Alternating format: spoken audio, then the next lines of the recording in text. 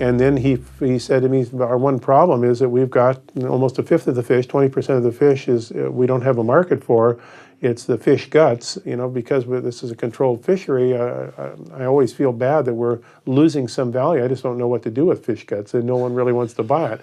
And so then I asked him, well, so what's in your fish guts? And he said, well, what do you mean what's in it? I said, like, what are the molecules in there? He goes, Jeff, you got to be kidding me. I mean, like, I'm a fisherman, not a chemist. And I said, well, I am a chemist. Why don't you send me some of your frozen fish guts and let's see what's in it. And that kind of started the relationship. What's in the fish guts? So the truck backed up one day with these 50-pound slabs of fish guts to my lab and freaked out my lab people. It was a little more than we thought. But anyway, we did the analysis, and it turned out we found some extraordinary things in the oils of the particularly the livers, which represent about 17 to 20% of the weight of the cod is livers. 17-20%. The liver. Huge organ in the cod, because the cod is processing so many things and it's exposed to so many hostile things at the liver, which is both a digestive and a metabolic organ, but it's also an immune organ, so it's working overtime to do its job. So what we found in that liver when we processed the oil was ingredients that had never been seen before in any other cod liver oil. And these bioactives have a name called Pro-Resolving Mediators, or PRMs, Pro-Resolving Mediators.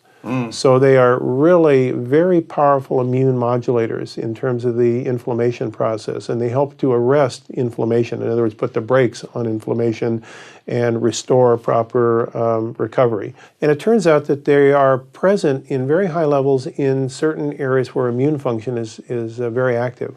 Like in white blood cells. White blood cells are our immune defense military, our militia. Right. And our white blood cells produce these as part of their process of both regulating immunity and controlling inflammation.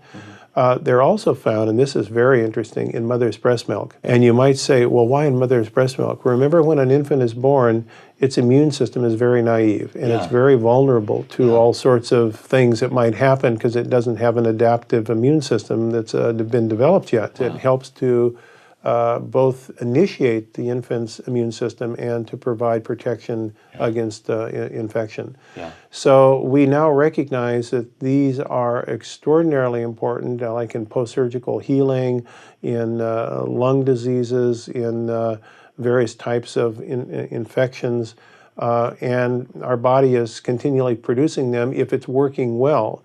Now, the problem is that to make these materials, the body has to have a pretty adept immune system in terms of its function, and it also needs to have the proper starting materials. And the starting materials are not only EPA and DHA, the omega-3 fatty acids, but also some of these other downstream materials that are 18-hydroxy, DHA, and so forth. I won't get into the specifics, but these are the things that we found in our cod liver oil that we had generated through this very unique process in Alaska.